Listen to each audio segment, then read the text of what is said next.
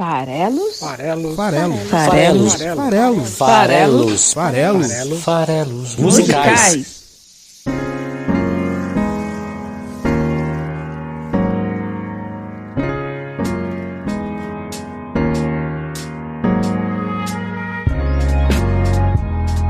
Fala aí, você que gosta de música, estamos aqui para mais um episódio dos Farelos Musicais, o seu podcast que interpreta letras de canções todas as quintas-feiras aqui no site esfarelado.com. É isso mesmo, estamos também no Spotify, é só você procurar lá por Farelos Musicais e seguir o podcast também nesta plataforma de streaming. Estamos também no YouTube, procura lá por youtube.com/esfarelado, /c/esfarelado. Você vai encontrar a gente também no YouTube. Se você está no YouTube, inclusive, não deixe de curtir o canal, né? E estamos aí preparando novidades. Eu já falo isso há uns 5 anos, dessa vez sai porque estamos no fim da quarentena ou não, então precisamos de novidades. Inclusive, se você está acompanhando aí o YouTube do Esfarelado, você sabe que, se você também gosta de futebol, todas as segundas-feiras à noite temos live falando de futebol no nosso programa, o Mesa Redonda de Bar. Bom, eu resgatei o Britpop aqui no programa, né, no finalzinho ali dos episódios 90. Eu busquei ali esse período dos anos 90 como inspiração e fiz um episódio 96 do podcast, chamado, na verdade, convidando, né, para participar ali o The Verve, com a sua canção símbolo, o seu hino urbano chamado Bittersweet Symphony. Essa música que todo mundo aí conhece ou já ouviu pelo menos uma vez na vida. E aí deu uma vontade de revisitar um pouco esse período aí do fim dos anos 90, essas bandas que eu escutei tanto nessa época, como Blur, Franz Ferdinand e também Oasis, né? E também Spice Girls, que eu nem gosto tanto dessas duas, mas que também ouvi bastante na época. E essas vão aparecer por aqui, então aguardem aí episódios novos com essa galera britânica chegando forte aqui no programa. Mas hoje eu vou trazer os Maluquettes dos Libertines. Isso mesmo, quarteto liderado pelo Carl Barrett e pelo Peter Doherty. Pete, para ser mais íntimo, né? Doherty. Então, hoje a gente vai falar um pouco da galera do Libertines, que lançou 3 álbuns. Eu vou trazer aqui a primeira canção, o maior hit deles de todos os tempos, é a primeira canção do segundo álbum, o álbum também chamado The Libertines, que é Can't Stand Me Now. Agora não te aguento mais, né? É mais ou menos essa é a tradução livre. Can't Stand Me Now, você não me aguenta mais. Vamos então falar sobre Can't Stand Me Now hoje, mas antes, sempre, vamos falar um pouquinho sobre a trajetória da banda. E hoje vocês vão perceber o quanto que esse trecho do programa, falando sobre a trajetória da banda, é importante. Porque a música é um pouco sobre a trajetória da banda. Então é a expressão artística na veia ali, né? Os caras falando sobre as dificuldades de relacionamento entre aí os dois fundadores da banda na letra de Can't Stand Me Now.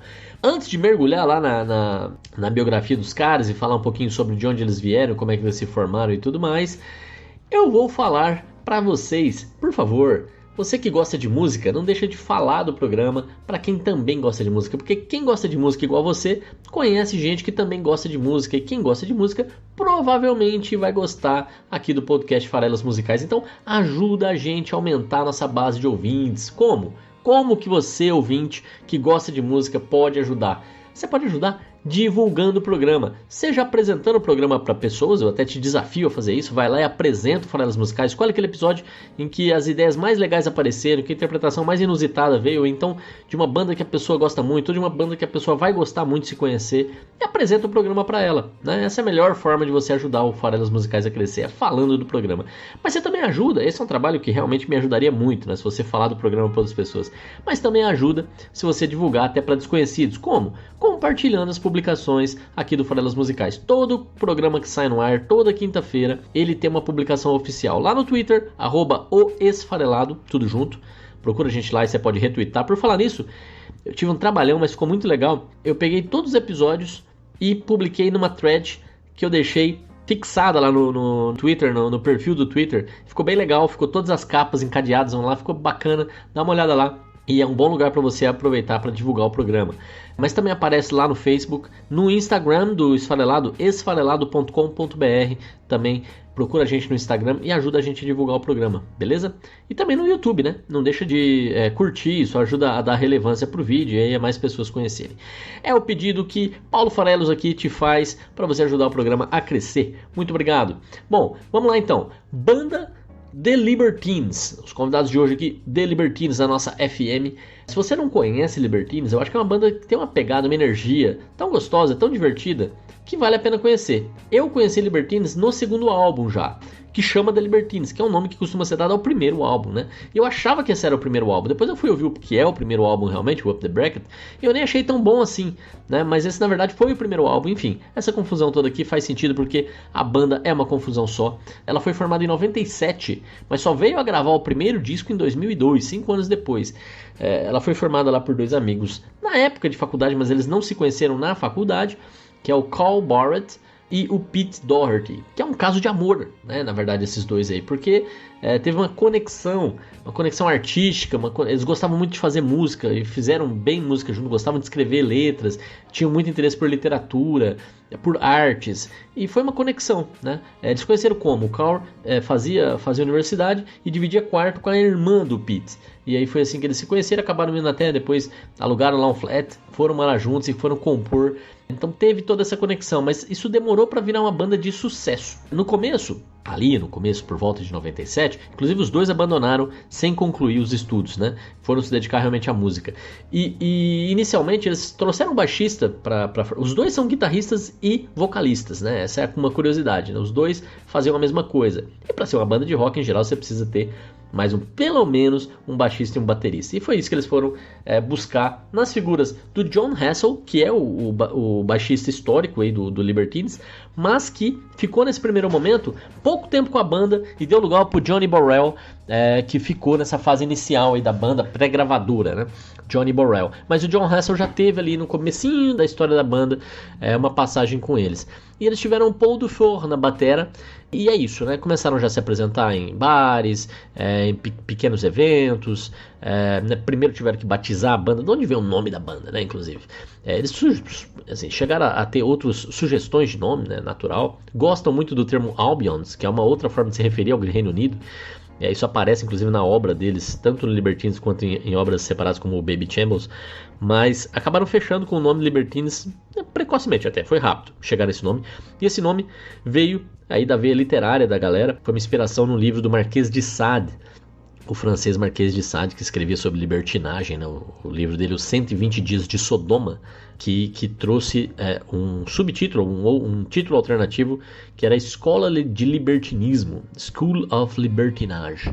E aí, com esse nome sugestivo, eles acabaram adotando libertines como os libertinos, né? As pessoas que defendem a libertinagem, né? A vida regrada para o prazer. É isso aí. Então eles ficaram lá nesse início já com o nome Libertines se apresentando aqui e ali, várias batidas de cabeças, muitos contatos com pessoas conectadas ou não com a indústria da música, que viam potencial na galera, mas não viam espaço para conseguir realmente concretizar alguma coisa, até que ali por volta do ano 2000, nos Estados Unidos, uma banda com um estilo um pouco parecido fez um sucesso relevante, que foi o Strokes. Isso deu um novo fôlego de pessoas ali que já conheciam o Libertines e falaram: esses caras podem ser o novo Strokes, o Strokes britânico. E aí, nessa época, eles substituíram o baterista. O Paul Dufour deu lugar ao Gary Powell, que é aí o batera histórico, né, digamos assim, do Libertines, é o cara que está com eles desde a primeira gravação, mas nos primeiros anos era o Paul Dufour. Também trouxeram de volta o Jon Hassell, até porque a ideia era quando surgiu essa oportunidade, fazer eles assinarem lá com a Rough Trade Records, ou seja, com a primeira gravadora que eles assinaram. E no dia que eles iam se apresentar lá, era final de 2001, para selar o acordo mesmo, o baixista deixou eles na mão. E não, o Borrell não apareceu, e aí eles trouxeram o Jon Hassell de volta, e o Jon Hassell ficou com eles até hoje. Então eles gravaram finalmente, um pouco impulsionados pelo sucesso dos Strokes, e em 2002, com a produção do Mick Jones, que é um cara que é o líder lá da banda The Clash, que é outro clássico absoluto britânico, eles lançaram esse primeiro álbum aí, Up The Bracket, que antes foi precedido por alguns singles que já chamaram a atenção e já fizeram sucesso, como What a Waster e I Get Along. Desses dois singles, é até curioso, o I Get Along fecha o primeiro álbum, o Up The Bracket, mas o What a Waster ficou só no single, o que é curioso, né? Não fez parte ali do primeiro álbum. Esse álbum chegou a alcançar o 35ª posição na parada britânica, que é um negócio relevante lá para os britânicos, né? Eu vivo falando disso aqui quando tem artista britânico. Acabaram chamando a atenção da crítica, do público. A revista também é super importante lá, a crítica especializada que cobre música no Reino Unido, que é a NME, a New Musical Express. que também tem uma premiação bem relevante, que é a NME Awards, premiou justamente a banda como a melhor banda nova nesse ano, em 2002. Você vê, banda nova, né, reconhecida, mas é uma luta, né, pra ganhar espaço e tudo mais, e, enfim, deu muito certo. Mas o que acontece?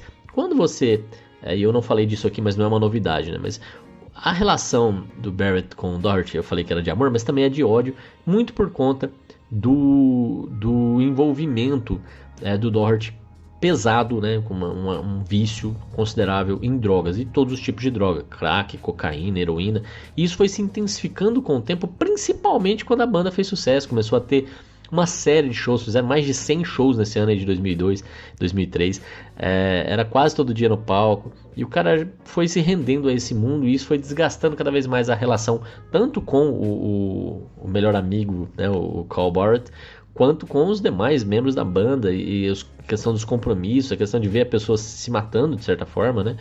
E isso foi deteriorando a relação deles ali. Então o sucesso também foi um pouco do começo do fim da banda, e eu vou falar disso daqui a pouco.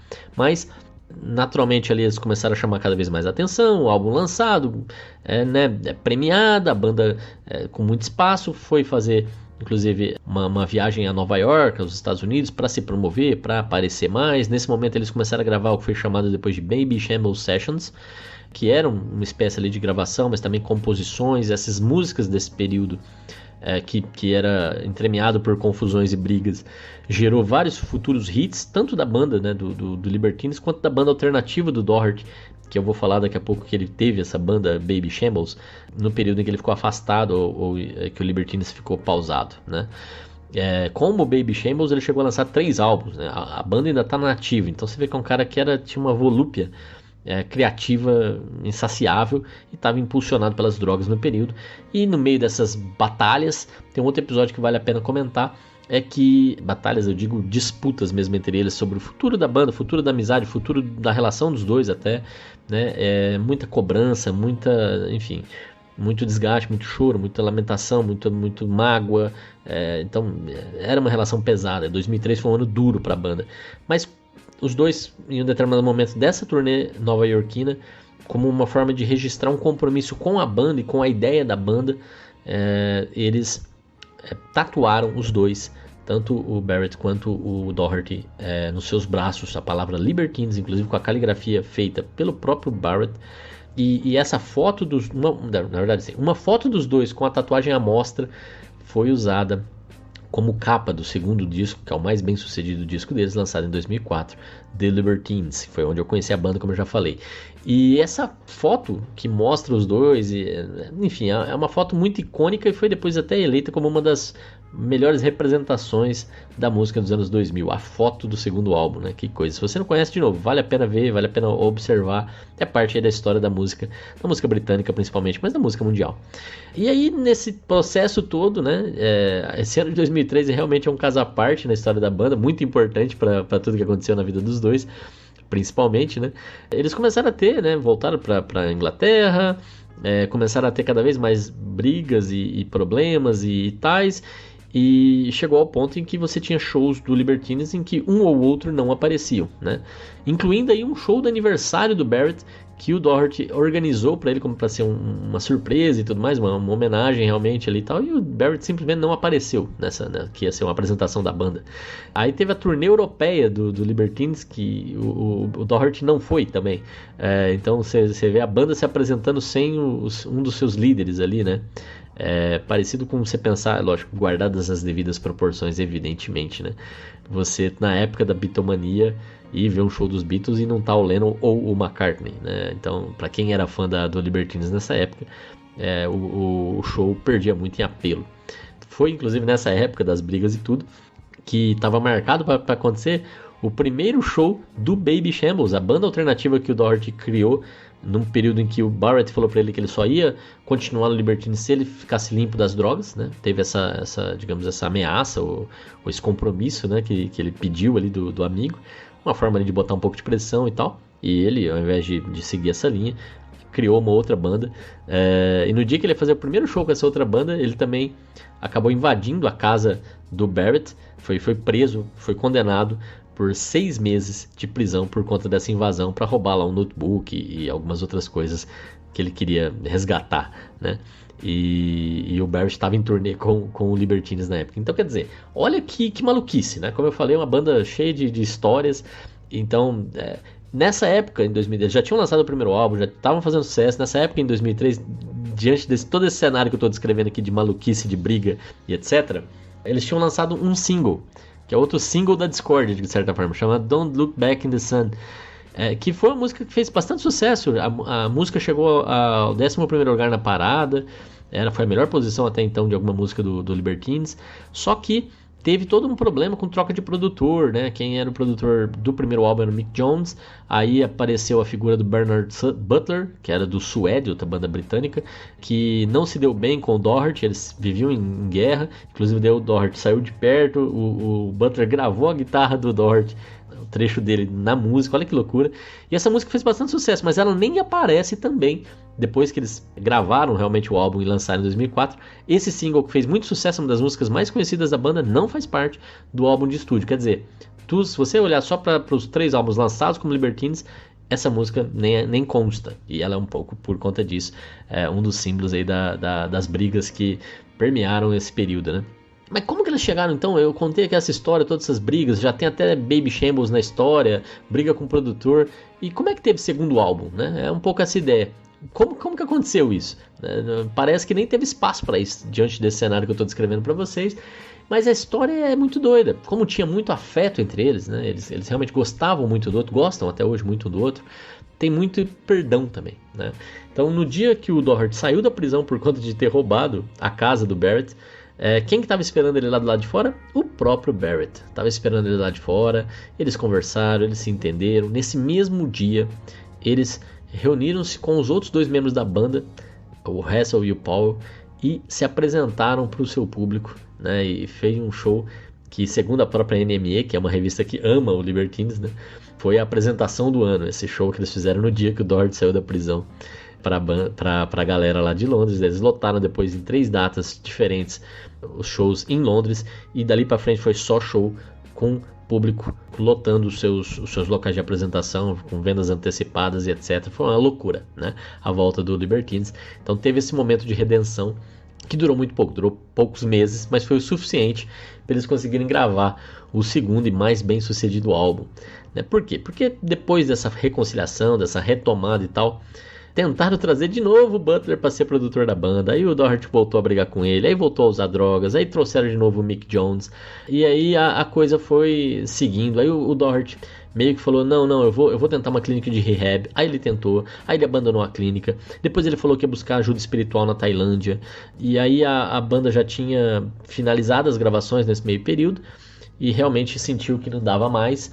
Lançaram o álbum estourou, mas o Doherty foi afastado da banda até ele realmente se curar, o que não aconteceu no curto prazo. Na verdade, demorou muito tempo para acontecer, e ele, inclusive, tendo sucesso lá com o Baby Shambles, diminui até o interesse dos 2 lados, né?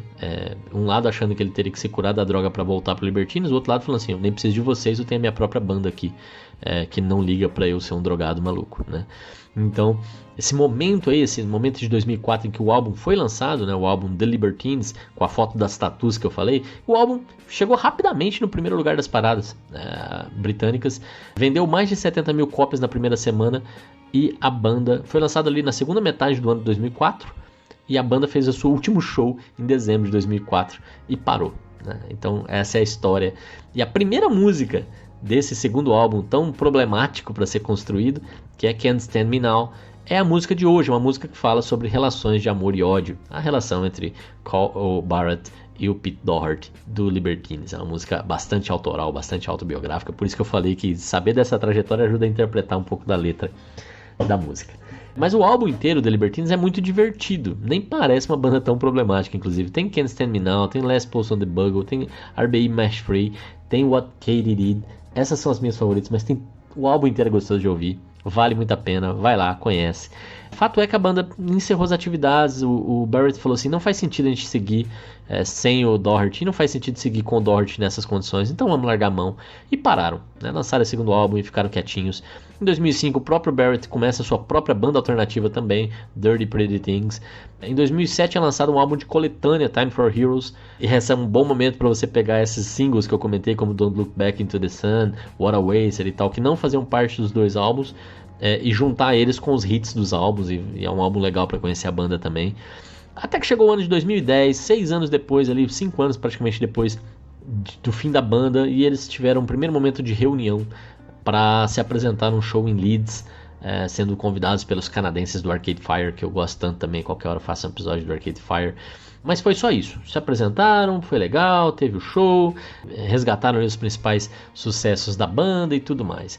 Aí passou mais alguns anos, chegou 2014, 4 anos depois de novo, nova reunião, se apresentaram no Hyde Park em Londres, e aí sim, 2015 marca o fim do rehab tailandês do Pete Doherty. Vocês acharam que era brincadeira que ele fez rehab na Tailândia? Não, ele concluiu o tratamento, se considerou livre ali do vício em drogas no ano de 2015, e foi o ano em que eles se reuniram para realmente ir para o estúdio como Libertines e gravar o terceiro disco da banda, Anthems for Doomed Youth. O primeiro single foi Gungadam, que é o nome de um poema do Rudyard Kipling, ele mesmo, e aí a banda lançou então esse álbum em 2015, Anthems for Doomed Youth. Foi bem recebido pela crítica, bem recebido pelo público. A banda continua nativa, continua fazendo show até o final de 2019, 2020 a gente sabe que não tá tão fácil assim. Devem talvez aí estar preparando um novo álbum, não tenho certeza, não consegui apurar.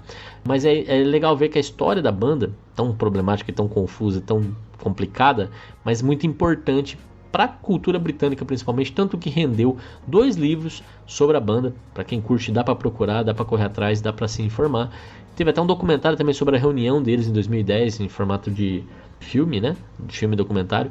Então uma banda que tem um espaço bem importante ocupado aí no cenário musical britânico. Então vamos falar um pouquinho sobre essa canção Can't Stand Me Now, né? Eu não me suporte mais, não aguenta mais, não can't stand, eu não aguento mais. Não aguento mais você agora, né? Que tem a ver com isso, com o desgaste da relação. E então vamos lá, vamos falar um pouquinho sobre Can't Stand Me Now.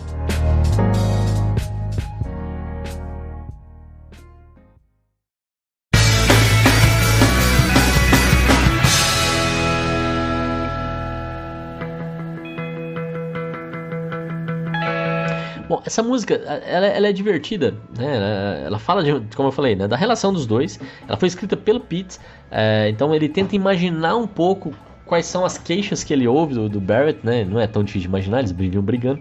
E nesse sentido, é bacana porque a música é cantada pelos dois, né?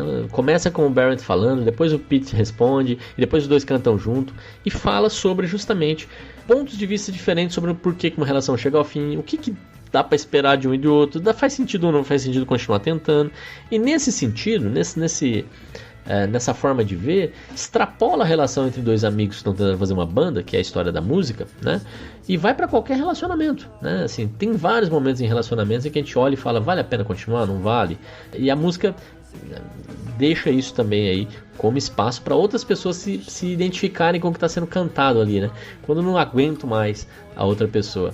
No caso da música, autobiográfico, né? Bastante autoral, e a música realmente marca ali o fim da banda, né? Eles, poucos meses depois de terem gravado essa música, eles não aguentaram mais e a coisa morreu.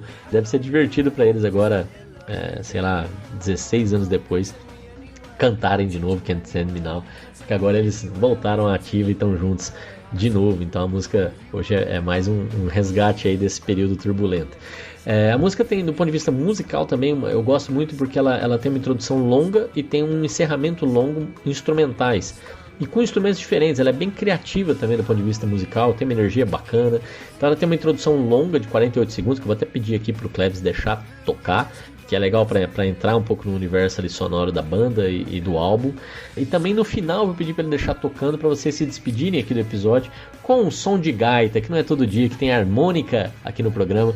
Então o arranjo da música termina com uma gaita, é gostoso, é divertido. Então vou deixar aí, pedir, né, para quando formos ouvir a música aqui, embalados pelo Libertines, que a gente possa curtir também a parte instrumental, apesar do nosso foco ser sempre na letra. A letra começa com Carl Barrett cantando An ending fitting for the start. You twist and tore our love apart. Your light fingers through the dart that shattered the lamp and into darkness cast us. Olha só o que ele está dizendo em português livre aqui, tá? Um fim condizente com o começo. Você torceu e rasgou o nosso amor. Seus dedos finos atiraram o dardo que espatifou a lâmpada e nos deixou na escuridão. Quer dizer, percebe aqui? Acusação, rancor, mágoa, né? Você torceu e rasgou o nosso amor. Olha que acusação, né? Foi você, né? Não fui eu. É curioso, não foi a gente, não foi nós, né? Foi você. Um fim condizente com o começo. Esse trecho é bem interessante, né? Porque tá falando do fim, talvez ele do relacionamento dos dois, mas mais que isso, tá falando do fim da banda, que já estava um pouco óbvio que iria acontecer, dadas as cobranças de lado a lado ali sobre respeito, aceitação e não, você tem que se limpar e etc. E é interessante porque como é que é o nome da banda? Libertines. Então pensa um nome mais sexo, drogas e rock and roll que esse. É difícil, né? Então uma banda que tá ali desde o começo sendo pensada para libertinagem, para aproveitar realmente os prazeres da vida. E é lógico que isso vai trazer o quê? Escândalos, relacionamentos tumultuados, etc. Então, isso que é a proposta da banda, de certa forma, é também o fim da história da banda. Então é um fim condizente com o começo. An ending fitting for the start. Né? É um fim que remete bem ao que era a proposta do começo. You twist and tore our love apart. Você torceu e rasgou nosso amor. E aqui tem outra coisa bonita nesse trecho aqui, que your light fingers, né, os seus dedos leves, os seus dedos suaves, os seus dedos finos, through the dark, eles atiraram o dardo. E olha que interessante, o que é o dardo? Né? Aquele falando que atirou o dardo que espatifou a lâmpada, shattered the lamp, and into the darkness cast us, que nos deixou na escuridão, né? Que nos remeteu à escuridão. Então, quer dizer, levar a escuridão é aquela coisa, apagou a luz, trouxe a escuridão e tal. Então veio da luz pro escuro, do bom pro ruim, né? E ele fala que foi um dardo, não foi assim que ele apagou a luz do interruptor, não. Ele lançou um dardo que espatifou a lâmpada. E olha que interessante, a figura do dardo remete, se você quiser pensar, a uma figura de uma agulha. Uma figura talvez ali da seringa, que remete a drogas, né? Então aqui, poeticamente, tem já uma cobrança em cima da questão do que levou eles para a escuridão, né? O vício em drogas da outra parte, nesse caso aqui, né? Então, your light fingers through the dark. É isso aí. E qual que é a resposta? Logo em seguida, a música inclusive vai ser um pouco difícil aqui na edição, eu vou dividir ela em duas partes para analisar, mas ela é uma sequência, quando ele começa a cantar ele não para mais, tá? E a coisa vai emendando ali, frase atrás de frase, você vai perceber que, como aqui você está falando de uma discussão, é legal que o Barrett mal termina de falar Into Darkness Cast Us e o Pete já está emendando as frases dele ali no final, já está respondendo, como é comum numa discussão. Você às vezes nem deixa o cara terminar de falar, já está dando a sua patada, né? Dando a sua resposta. E o Pete vai fazer exatamente isso aqui, ele vai dizer: No, you've got it wrong the way round. You shut me up and blamed on the brown.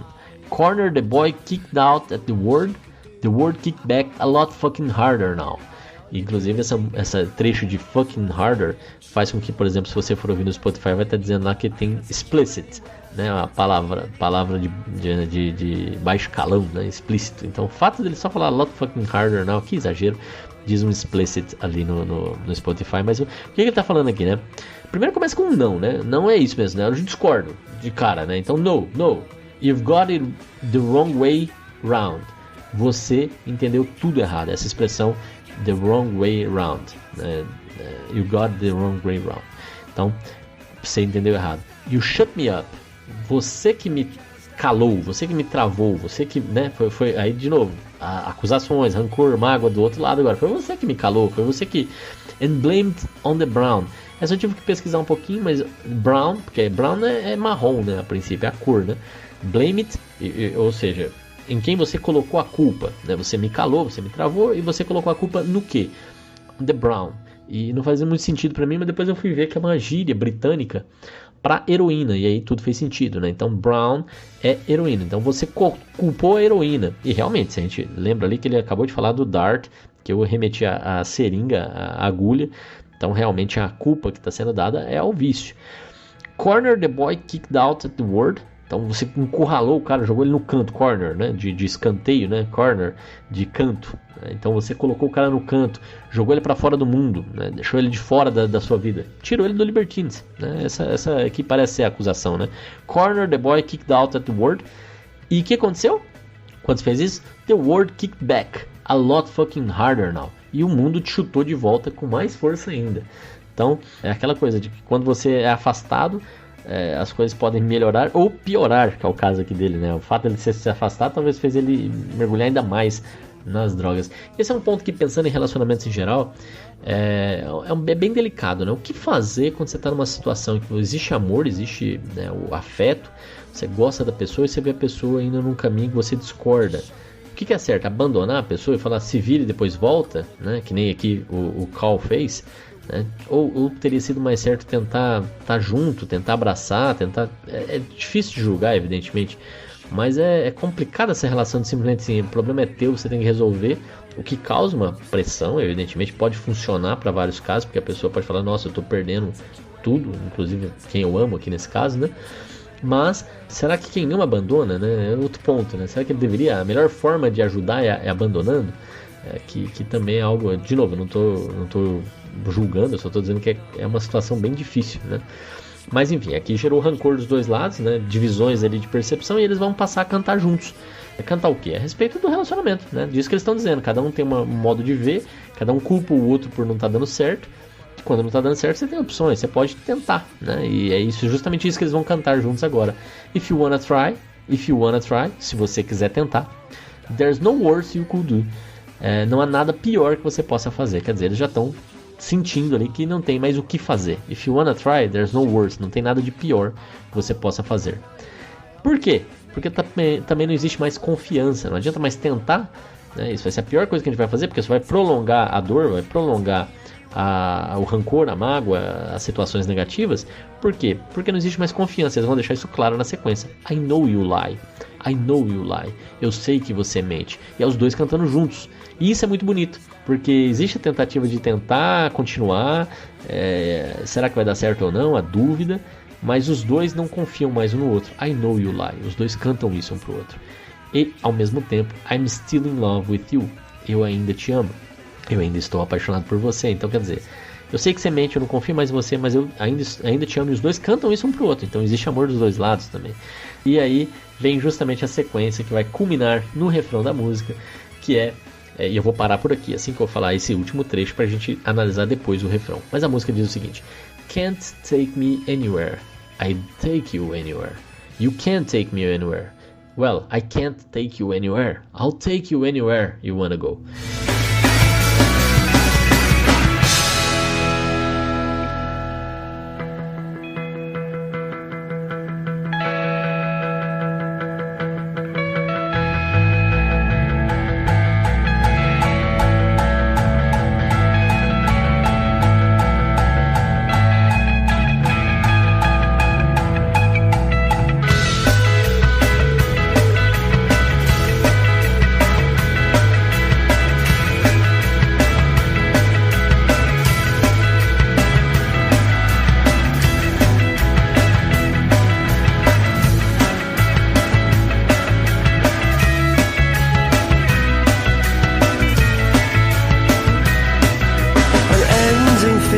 For the start, you twisted and tore our love apart. Your light fingers through the dark shattered the lamp into darkness it cast us all. No, you've got it the wrong way round. You shut me up and blamed it on the ground. Cornered the boy, kicked out of the world kicked back and not fucking hard at all.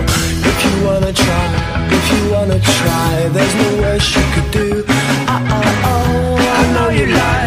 I know you lie, I'm still in love with you. Can't take me anywhere, I'll take you anywhere. You can't take me anywhere, I can't take you anywhere. I'll take you anywhere you wanna go. Oh, you can't stand me, no, you can't stand me, no. You can't stand me, no, you can't stand me, no. You can't stand me, no, you can't stand me, no. You can't stand me, no. You can't stand me, no. E o que é essa sequência aqui de coisas muito parecidas sendo ditas, né? É assim, você não pode me levar a qualquer lugar. né? A ideia de que a gente vai sempre andar junto, eu vou sempre estar do teu lado, eu te levaria a qualquer lugar, né? Mas eu quero te levar, eu gostaria de te levar. Não, mas você não pode. Não, mas eu gostaria. Eu quero te levar para onde você quiser ir. E pensa, isso é super importante, tanto para qualquer relação dar certo, vocês, né, estarem juntos, no sentido genérico de juntos, né, olhando para o mesmo lado, caminhando na mesma direção. E para uma banda, no caso deles aqui, faz mais sentido ainda, né? Eles começaram justamente a ter vários momentos em que eles se apresentavam, como eu já falei, separadamente. Então eu não consigo nem te levar onde eu quero, no show aqui que eu fiz para você no aniversário, na nossa turnê europeia, na nossa visita ao Japão, né? E por aí vai. Eu não posso te levar aqui para minha outra banda que eu tô fazendo justamente para fugir de você. Então é esse diálogo aqui de até quando a gente vai estar juntos de verdade. O refrão diz: You can't stand me now. É o nome da música. You can't stand me now. No, you can't stand me now e tal. Que aí eu não te aguento mais. Não, você não me aguenta mais. Na verdade é sempre em tom acusatório, então é sempre o outro que não aguenta mais. You can't stand me, né? Você não me aguenta mais. Agora. Chegou esse momento agora que você não me aguenta mais. Que música divertida para ser um hit, para ser o principal hit da banda e para ser também o símbolo do fim da banda, né? É até engraçado. Você não me suporta mais. Você não me aguenta mais. E aí vem dois trechos em seguida que dizem: Have we enough to keep it together? Have we, em tom de pergunta. Então ele está perguntando: nós temos o bastante para ficarmos juntos? Have we enough to keep it together? Nós temos o bastante para ficarmos juntos? E é uma pergunta super justa, né? A gente consegue fazer isso funcionar? O relacionamento está nesse pé que tá. Dá certo? Vale a pena insistir? Nós temos o suficiente para essa banda continuar, para esse relacionamento continuar, para essa amizade continuar? Or do we just keep on pretending and hope our luck is never ending? Ou vamos continuar fingindo e torcendo para que a nossa sorte nunca acabe? Ou seja, aquelas pessoas que percebem que já não têm mais o suficiente para ficar juntos, mas elas ficam do mesmo jeito, fingindo, torcendo para que a sorte continue, né, e a coisa não termine de outra forma ainda pior. E aí vem o trecho que diz: Try to pull the wool, I wasn't feeling too clever. Você tentou me enganar, eu não estava tão alerta, tão esperto. You take all that they're lending until you needed mending. Você aceita tudo o que eles te dão. You take all that they're lending. Até você precisar de reparos. Until you needed mending. E aqui eu já tive um pouco mais de dificuldade de interpretar até a questão do inglês mesmo, né? Esse try to pull the wool.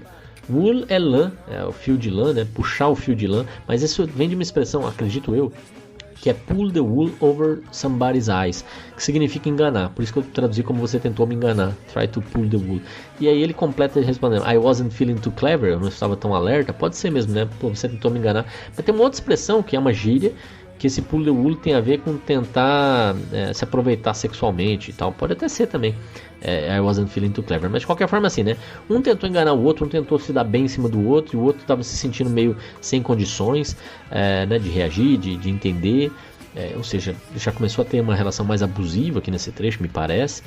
E aí a resposta que vem em seguida me parece também falar da relação com as drogas de novo. You take all that they're lending. Você aceita tudo o que te dão, ou seja, ele estava experimentando de tudo um pouco, né? Cocaína, crack, heroína e talvez outras coisas também, é bem provável. Until you needed mending, até você precisar de reparos, até que você não aguenta mais, até que você tem que ir para o rehab de novo. Então, é essa parte aqui, que vai até aí 2 minutos e 8 segundos, que é o refrão emendado com essas análises, e depois vai ter uma repetição de if you wanna try, there's no worse you could do, tal. Que daí a gente volta aqui pra falar daqui a pouco.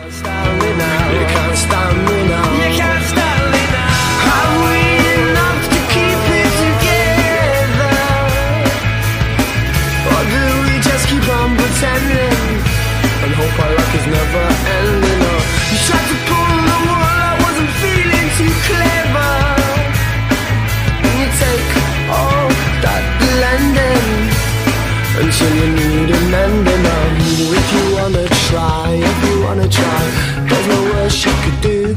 I know you lie, all you do is make me cry. And all those words, they ain't true. Can't take me anywhere, I can't take you anywhere. Can't take me anywhere, I won't take you anywhere. I'll take you anywhere you wanna go. You can't stand me, no, you can't stand me now. You can't stand me, no, you can't stand me now. You can't stand me, no. nessa segunda repetição aí que leva pro refrão e encerra a canção, tem uma pequena variação. Quando ele começa a falar de If You Wanna Try, There's No Worse You Can Do, quando ele fala Know You Lie, na primeira parte da música ele vai falar And I'm Still In Love With You, eu ainda te amo. Nessa segunda parte ele vai reforçar, como agora a gente tá na segunda parte, né? Ele não vai falar eu ainda te amo, porque isso você fala quando você ainda tá tentando. Na segunda repetição ele quer mudar justamente esse trecho. E ao invés de I'm Still In Love With You, ele vai adicionar All You Do Is Make Me Cry. Tudo que você me fez foi me fazer chorar. All you do is make me cry. All those words that ain't true.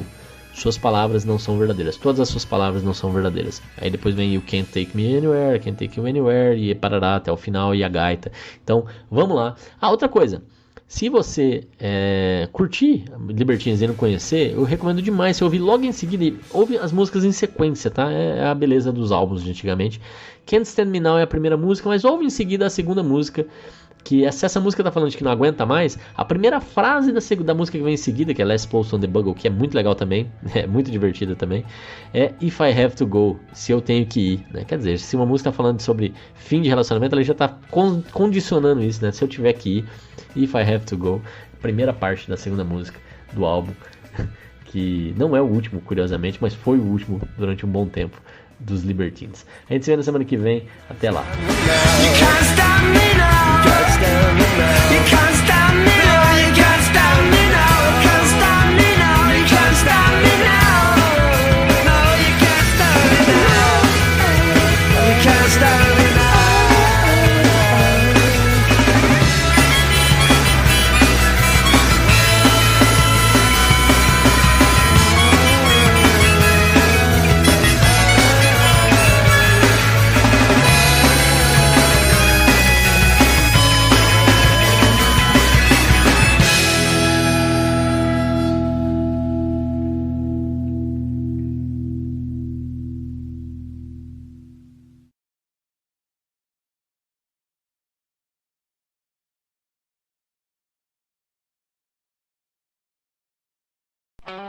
Esse podcast foi editado por Megasonic Podcasts.